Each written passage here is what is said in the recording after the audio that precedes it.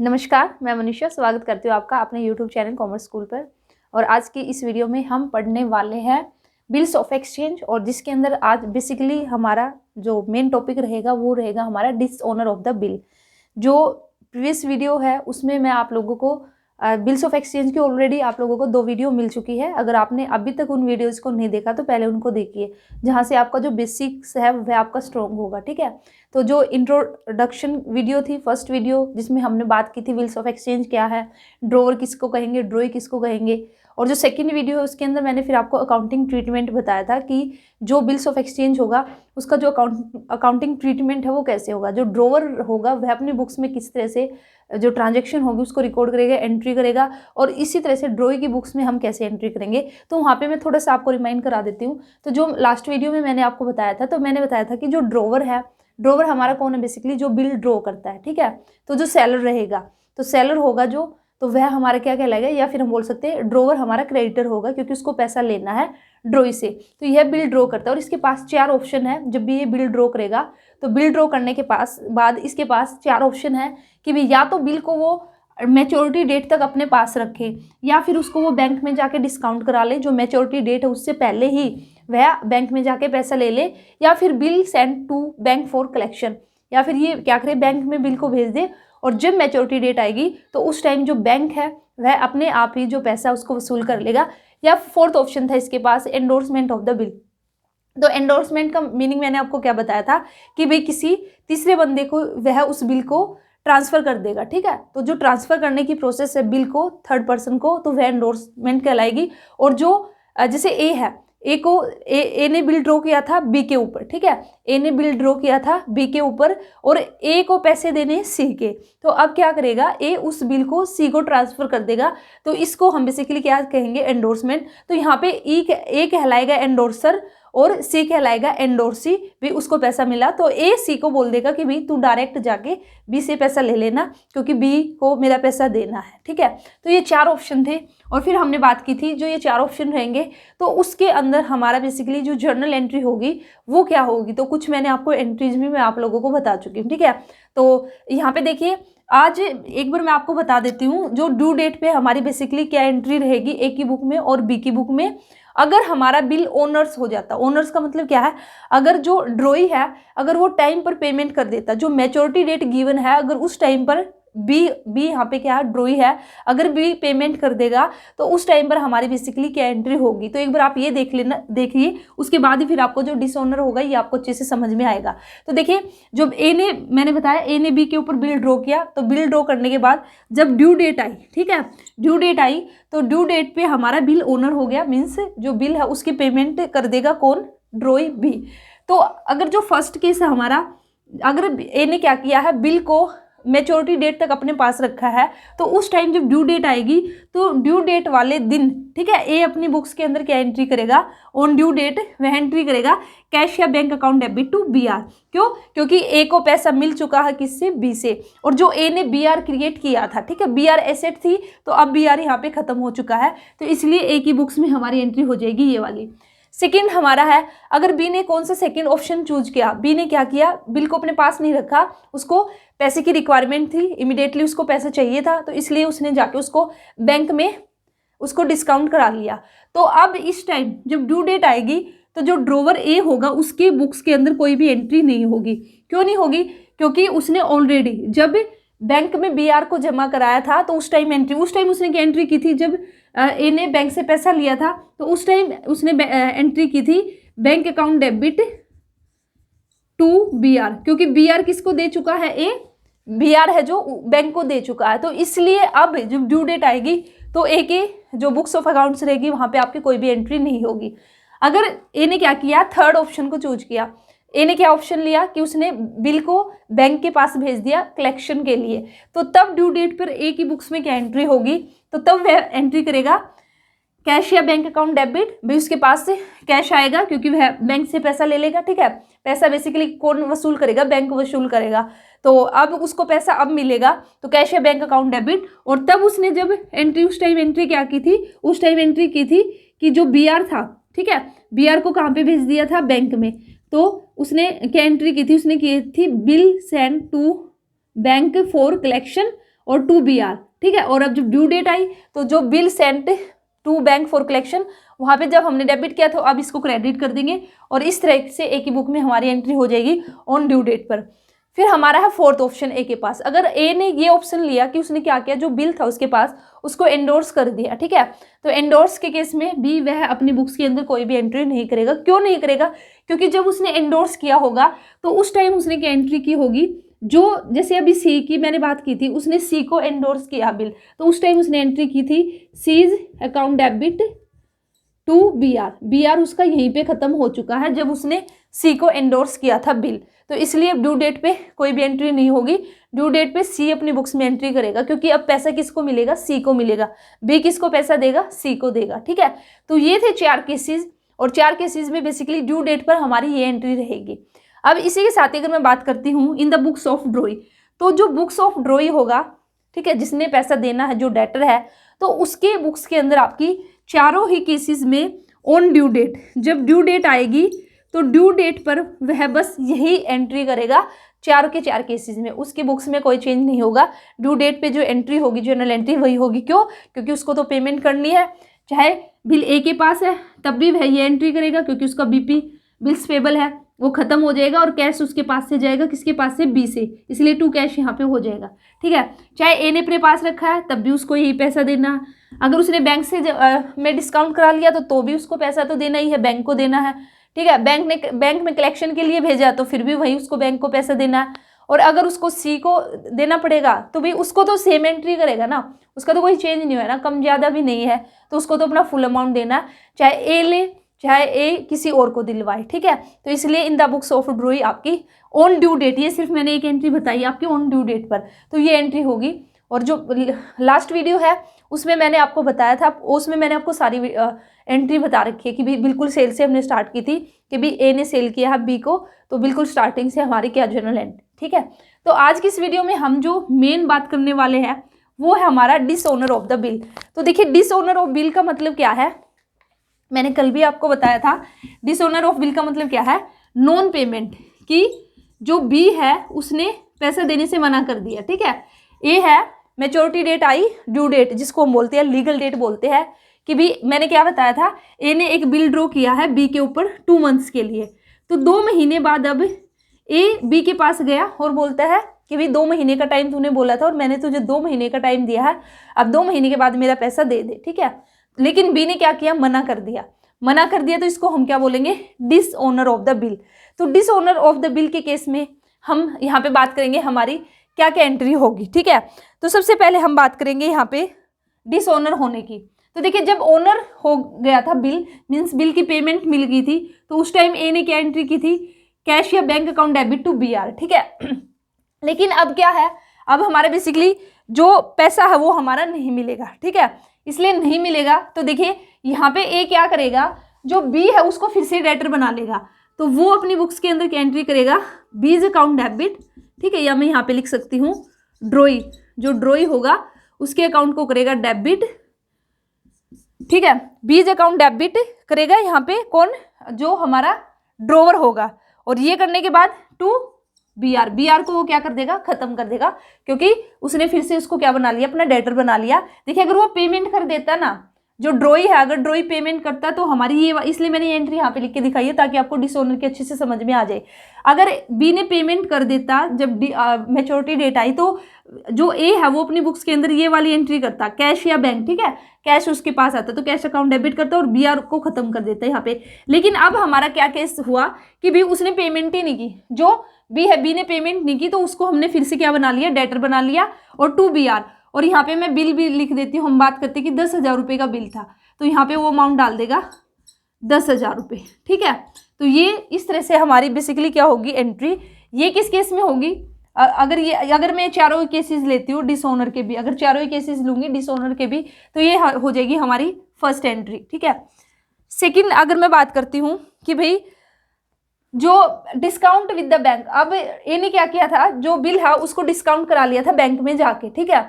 लेकिन अभी जो बी था, बी को पैसा किसको देना था, बैंक को देना था, लेकिन जो बी है उसने पैसा नहीं दिया, डिसऑनर हो गया। तो अब उस केस में हमारी बेसिकली देखिए यहाँ पे क्या जनरल एंट्री होगी जब वह कराएगा, तो देखिए इस केस में हमारी हो जाएगी डिस्काउंटिंग विद द बैंक। तो वही इसको तो जो ए है बी को तो करेगा अकाउंट को डेबिट, क्यों? क्योंकि बी उसका क्या हो चुका है, डेटर हो चुका है, ठीक है। और इसी के साथ ही अब बी को किसको पैसा देना है, ए को किसको पैसा देना है, ए को देना है बैंक को, क्योंकि ए ने बैंक से पैसा ले रखा पहले से ही। तो क्या करेगा, बी को तो डेबिट करेगा और बैंक को क्या करेगा, यहाँ पे क्रेडिट करेगा ए। और इसी के साथ ही मैं आपको बता दूं कि जब डिसऑनर बिल होगा तो वहाँ पे नोटिंग चार्जेज भी आपके लगेंगे। तो जो नोटिंग चार्जेज रहेगा उसका पैसा इसी में इंक्लूड हो जाएगा। जैसे अगर यहाँ पे भी नोटिंग चार्जेज है तो जैसे 500 रुपये का, तो 500 रुपये यहाँ पे ऐड हो जाएंगे। जैसे यहाँ पे मैं बात करती हूँ, अगर ये हो जाएगा आपका 10,500, ठीक है, 10,500, यहाँ पे 500 रुपये मैंने किसके लगा दिए हैं, नोटिंग चार्जेज के, क्योंकि ये तो लगेंगे। क्योंकि जो अगर उसने जो बी है, बी ने अगर पैसा नहीं दिया तो ए किसके पास जाएगा, नोटरी पब्लिक के पास जाएगा, और नोटरी पब्लिक के पास जाएगा तो फिर नोटिंग चार्जेज लगेगा। और जो नोटिंग चार्जेज है, अभी देखिए उसने जब डिस्काउंट करा लिया था बैंक से तो फिलहाल बैंक को पे करना पड़ा होगा, ठीक है। तो इसलिए बैंक ने पे किया है नोटिंग चार्जेज का, तो ए को किसको देना पड़ेगा, बैंक को देना पड़ेगा पूरा अमाउंट, 10,500, 500 रुपये नोटिंग चार्जेस के है। और जो ए है वो फाइनली किससे चार्ज करेगा, बी से चार्ज करेगा, इसलिए उसने बी का जो अकाउंट डेबिट किया है वो 10,500 से डेबिट किया है। तो ये था हमारा थर्ड केस। उसके बाद हमारा नेक्स्ट केस क्या है, bill sent for the collection. उस केस में देखिए, उस केस में भी हमारी यही एंट्री हो जाएगी, क्या, बीज अकाउंट डेबिट, ड्रॉई का अकाउंट तो भाई डेबिट होगा क्योंकि हमें ड्रॉई को फिर से वो डेटर बना लेगा। और यहाँ पे क्या था, देखिए जब हम अगर उसको कैश मिलता तो यहाँ पे क्या एंट्री थी, कैश या bank account debit to bill send to bank for collection. तो अब यहाँ पे बस यही आ जाएगा, bill send to bank for collection, ठीक है। बस यहाँ पे जो कैश आना था ना, कैश या बैंक आना था, उसकी जगह किसका नाम आ जाएगा, जो ड्रॉई होगा। अगर डिसऑनर हो गया, अगर बिल डिसऑनर हो जाएगा तो कैश और बैंक की जगह किसका नेम आ जाएगा, ड्रॉई का नेम आ जाएगा। और इसमें प्लस में वह अमाउंट आ जाएगा जो नोटिंग चार्जेस भी आप पक्का लगेगा ना, तो वह अमाउंट इंक्लूड होके आ जाएगा। और आपका बस यही इसमें चेंज होगा, ठीक है। तो इसमें भी आपका सेम ऐसे ही हो जाएगा। तो इसके अंदर हमारा ये आ जाएगा, ठीक है। उसके बाद फोर्थ हमारा क्या है, एंडोर्समेंट ऑफ द बिल। जब हमने क्या कर दिया, जो बिल है, बिल को अगर हमने एंडोर्स कर दिया, ठीक है, तो नोटिंग चार्जेस याद रखना वो आपका साथ के साथ चलेगा, जो भी नोटिंग चार्जेस रहेगा। तो उसके बाद ये मैं आपको ऊपर बता देती हूँ, एंडोर्समेंट ऑफ बिल, नीचे शायद ना दिखाई दे। तो देखिए अगर एंडोर्समेंट हमारा हो चुका है बिल का, तो यहाँ पे भी अब वो क्या करेगा, ए की बुक्स में बता रही हूँ मैं आपको, तो फिर से वो B account debit to C account करेगा। वो क्या करेगा, B account debit to C. C क्या था, सी को पैसा किसको देना था, ए को देना था सी को पैसा। सी क्या था, एंडोर्स, जो सी था हमारा, ठीक है, एंडोर्स सी था। इसको उसने बिल दिया था ना, लेकिन अब जो बी है, बी ने पेमेंट नहीं की, तो सी को फिर से ए क्या करेगा, अपना क्रेडिटर बना लेगा। तो इसलिए सी अकाउंट यहाँ पे क्रेडिट हो जाएगा और बी फिर से ए का डेटर बन जाएगा, तो बी अकाउंट डेबिट हो जाएगा।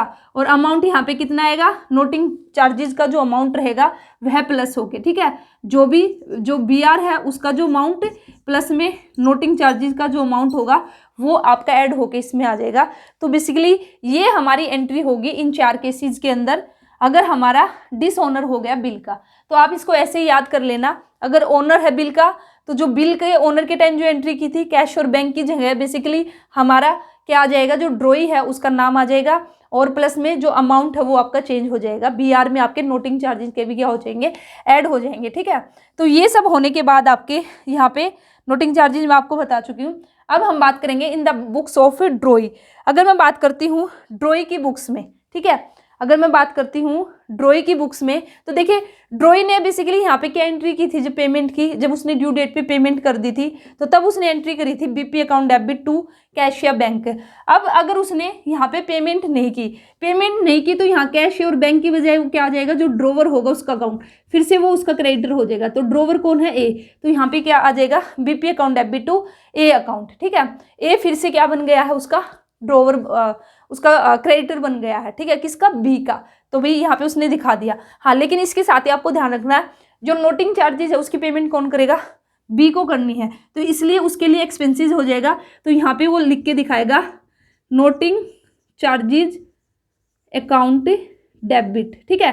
जैसे 10,000 का बिल था और 500 रुपये यहाँ पे इसके, तो टोटल अब उसको कितना पैसा देना है, ए को, ड्रॉवर को टोटल उसको देने हैं 10,000 500, ठीक है। तो ये एंट्री होगी उसकी बुक में, तो उसकी बुक में बस यही एक एंट्री होगी चारों ही केसेस में। यहाँ पे जो अमाउंट है चेंज हो जाएगा और यहाँ पे कैश और बैंक की जगह क्या आ जाएगा, आपका ड्रॉवर आ जाएगा। तो उम्मीद करती हूँ आपको ये डिसऑनर से रिलेटेड जो जर्नल एंट्री मैंने आपको बताई है और इसी के साथ ही जो अगर बिल की पेमेंट कर दी जाए उस टाइम जो एंट्री है वो समझ में आई होगी, ठीक है। इसको आप कैसे करना, एक इसका थोड़ी सी प्रैक्टिस करना, उससे ज़्यादा समझ में आएगा। एक दो क्वेश्चन है उसको लगा के देख लेना, ठीक है। या फिर आप मुझे कमेंट सेक्शन में बता देना, मैं इसके ऊपर एक न्यूमेरिकल ले आऊँगी और उसको हम सोल्व कर लेंगे। उससे फिर अच्छे से और ज़्यादा हमारा क्लियर हो जाएगा जब हम क्वेश्चन करेंगे, ठीक है। तो अभी हम बात करेंगे नेक्स्ट, हमारा यहाँ पे एक दो टर्म्स और है, वे भी मैं आपको बता देती हूँ। तो एक हम बात करेंगे यहाँ पे रिन्यूअल ऑफ द, तो देखिए अब हम बात करेंगे इन सब का मीनिंग आपको बता देती हूँ। मीनिंग का मतलब क्या, इनका क्या मतलब है, रिन्यूअल ऑफ द बिल का मतलब क्या है। तो कई बार बेसिकली हमारा क्या होता है कि जो बिल हमने ड्रॉ किया, जैसे ए ने बी पर बिल ड्रॉ किया था और जब टाइम आया, जैसे 2 महीने का टाइम था और बी ने जो पेमेंट करने से मना कर दिया, तो उस केस में अब बी क्या बोलता है, ए को बोलता है कि भाई ऐसा कर, तू मेरे ऊपर एक नया बिल ड्रॉ कर दे। तो उसी को हम बेसिकली क्या बोलते हैं, रिन्यूअल ऑफ द बिल। तो जब भी एक न्यू बिल हम ड्रॉ करेंगे और जो हमारा ओल्ड बिल है वो क्या हो जाएगा, कैंसिल हो जाएगा, ठीक है। ओल्ड बिल क्या हो जाएगा, कैंसिल, और न्यू बिल क्या किया जाएगा, ड्रॉ किया जाएगा। तो उसको बेसिकली क्या बोलते हैं, हम रिन्यूअल ऑफ द बिल बोलते हैं। और इसके अंदर आपका चेंज क्या आएगा कि भाई ऐसे थोड़ी ना 2 महीने का टाइम दिया, 2 महीने बाद उसने पेमेंट नहीं की और बी अब फिर से बोलता है कि मुझे 1 महीना और दे दे या 2 महीने और दे दे, उसके बाद मैं आपको पेमेंट करूंगा। तो इस केस में ए ऐसे थोड़ी ना उस पर बिल ड्रॉ कर देगा, तो कहीं ना कहीं ए उससे इंटरेस्ट चार्ज करेगा, ठीक है। तो इंटरेस्ट कैसे, जैसे 10,000 रुपये का बिल था, अब वो बोलता मुझे 1 महीना और चाहिए, तो अब वो यहाँ पे उसको इंटरेस्ट लगा देगा, ठीक है। तो जैसे उसको बोलेगा कि भैया अब 1 महीना और अगर तुझे चाहिए ना, तो वो उस पर अब 10,200 रुपये का बिल उस पर चार्ज करेगा। तो ये जो 200 रुपये है ना एक्स्ट्रा, ये कहीं ना कहीं इंटरेस्ट होंगे, ठीक है। तो ये या तो बिल में ही आपके ऐड हो जाएंगे या कई बार क्या होगा, जो ड्रॉई होगा वो अलग से पेमेंट कर देगा। तो यहाँ पे ये आपको याद रखना है, रिन्यूअल ऑफ बिल के केस में ऐसा होगा, ठीक है। तो जो इंटरेस्ट है तो वो ए के लिए तो बेनिफिट हो जाएगा और वही बी के लिए एक्सपेंसेस हो जाएगा। तो ए के लिए प्रॉफिट हम बोल सकते हैं, इनकम हम बोल सकते हैं, और बी के लिए क्या हो जाएगा, हमारा एक्सपेंसिव। तो बी इसको डेबिट करके दिखाएगा इंटरेस्ट को और ए क्या करके दिखाएगा, उसको क्रेडिट। देखिए अगर बी अलग से इन 200 रुपये की पेमेंट करेगा तो क्या एंट्री होगी, ए की बुक में हमारी क्या एंट्री होगी। तो इसको तो इंटरेस्ट फायदा हुआ ना, मिला, तो ये एंट्री करेगा कैश अकाउंट डेबिट, क्योंकि इसके पास कैश आया, टू इंटरेस्ट, क्योंकि इंटरेस्ट ए के लिए क्या है, इनकम है 200 रुपये, ठीक है। और बी की अगर मैं बात करती हूँ, बी की बुक्स में क्या एंट्री होगी, बी के लिए इंटरेस्ट क्या है, एक्सपेंसेस है, तो ये इसको डेबिट करेगा इंटरेस्ट को, और यहाँ से इसके पास से कैश गया है, कैश अकाउंट क्रेडिट करेगा 200। तो ये बेसिकली अगर इंटरेस्ट की अलग से पेमेंट करेगा और अगर उसको बिल में ही इंक्लूड कर लिया जाएगा तो फिर बिल के साथ ही हम उसका जो अमाउंट है उसको दिखा देंगे। तो ये था हमारा क्या, रिन्यूअल ऑफ बिल। तो आपको समझ में आ चुका रिन्यूअल ऑफ बिल का मतलब क्या है, ठीक है। नेक्स्ट हमारा क्या है, retiring of the bill, retiring of the bill, of bill. तो देखिए यहाँ पे रिटायरिंग का मतलब क्या है। तो रिटायरिंग का मतलब क्या है कि कई बार क्या होगा, जो ड्रॉई होगा ना वो टाइम से पहले ही पेमेंट कर देगा। जैसे ए ने बिल ड्रॉ किया था बी के ऊपर 2 महीने के लिए, ठीक है, 2 महीने के लिए बिल ड्रॉ किया था, लेकिन ए बोलता है, ए ने 15 दिन के अंदर ही, जैसे 1 जनवरी को बिल ड्रॉ किया था, 1 जनवरी से 1 फरवरी 1 मार्च और 4 मार्च को पेमेंट करनी थी, ठीक है। मैच्योरिटी डेट थी जो, या ड्यू डेट थी, लीगल ड्यू डेट, वो क्या थी, 4 मार्च थी। तो 4 मार्च की जो डेट थी उस दिन पेमेंट करनी थी, लेकिन बी ने क्या किया, 15 जनवरी को ही पेमेंट कर दी, ठीक है, 10,000 रुपये की।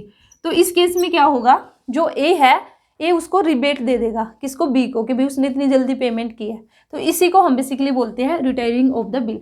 तो जो रिबेट है वो ए के लिए तो फिर वही बात आ गई कि भाई एक्सपेंसिस हो जाएगा, और बी के लिए क्या हो जाएगा, फ़ायदा हो जाएगा, प्रॉफिट हो जाएगा, ठीक है। तो यहाँ पे जो अगर मैं बात करती हूँ ए की बुक्स, ए की बुक्स में हमारा बेसिकली क्या एंट्री होगी, अगर इस केस में मैं बात करूँगी तो ए को पैसा मिल जाएगा ना जल्दी ही, जैसे 15 जनवरी को इसको पैसा मिल गया, तो 15 जनवरी को क्या एंट्री करेगा, कैश अकाउंट डेबिट। हाँ, अब उसने क्या दिया, उसने रिबेट दी है, तो रिबेट अलाउड अकाउंट डेबिट, क्योंकि ए के लिए ये रिबेट क्या होगी, आपकी एक्सपेंसिस। और यहाँ पे किसने उसको पेमेंट की है, बी ने। तो जो बी आर है वो बी आर अब खत्म हो चुका है। तो जैसे मैं बोलती हूँ 10,000 का बिल था और 10,000 का बिल था ना, तो 500 रुपये की रिबेट दे दी, ठीक है। तो अब उसको जो ए है उसको कैश कितना मिलेगा, 9500, और 500 रुपये उसको एज अ डिस्काउंट एक तरह से हम इसको बोल सकते हैं, और 10,000 का हमारा हो जाएगा बिल। तो बेसिकली ए की जो बुक्स रहेगी, बुक्स के अंदर आपकी ये वाली एंट्री रहेगी, ठीक है। वहीं पे अगर मैं बी की बात करती हूँ तो बी की बुक्स में क्या एंट्री होगी 15 जनवरी को। अब देखिए बी का जो बीपी है वो ख़त्म हो गया, और उसने क्या दिया है, कैश दिया है बी ने, और इसी के साथ उसको रिबेट मिली है, तो उसके लिए रिबेट क्या हो गया, इनकम हो गई, ठीक है। इसलिए हम उसको क्रेडिट कर देंगे, तो वही एंट्री हो जाएगी हमारी ये वाली, ठीक है। तो ये था क्या, रिटायरिंग ऑफ बिल। उसके बाद हमारा जो नेक्स्ट है और वो जो कि लास्ट है, वो हमारा टॉपिक है अकोमोडेशन ऑफ द बिल, ठीक है। Accommodation of the bill, accommodation of the bill.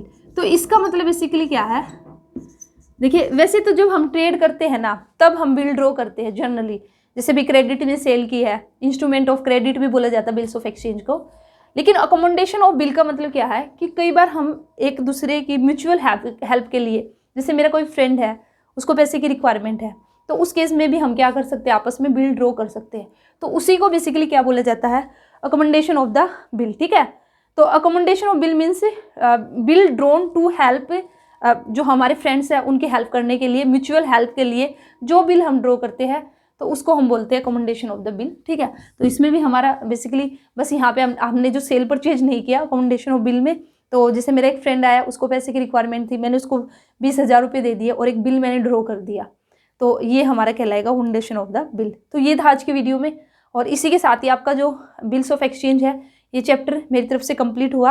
और किसी को थोड़ा और ज़्यादा एडवांस में करना तो खुद से कर लेना आप लोग, ठीक है। जैसे मैंने पूरी कोशिश की है आपको कंप्लीट ही कराने की, क्योंकि अगर और ज़्यादा एडवांस में जाएंगे तो इतना टाइम नहीं है, ठीक है। तो लास्ट में देख लेंगे, अगर टाइम लगेगा तो और ज़्यादा एडवांस करने का, नहीं तो ऑलमोस्ट हमने जो बिल्स ऑफ एक्सचेंज हमारा कंप्लीट हो चुका है।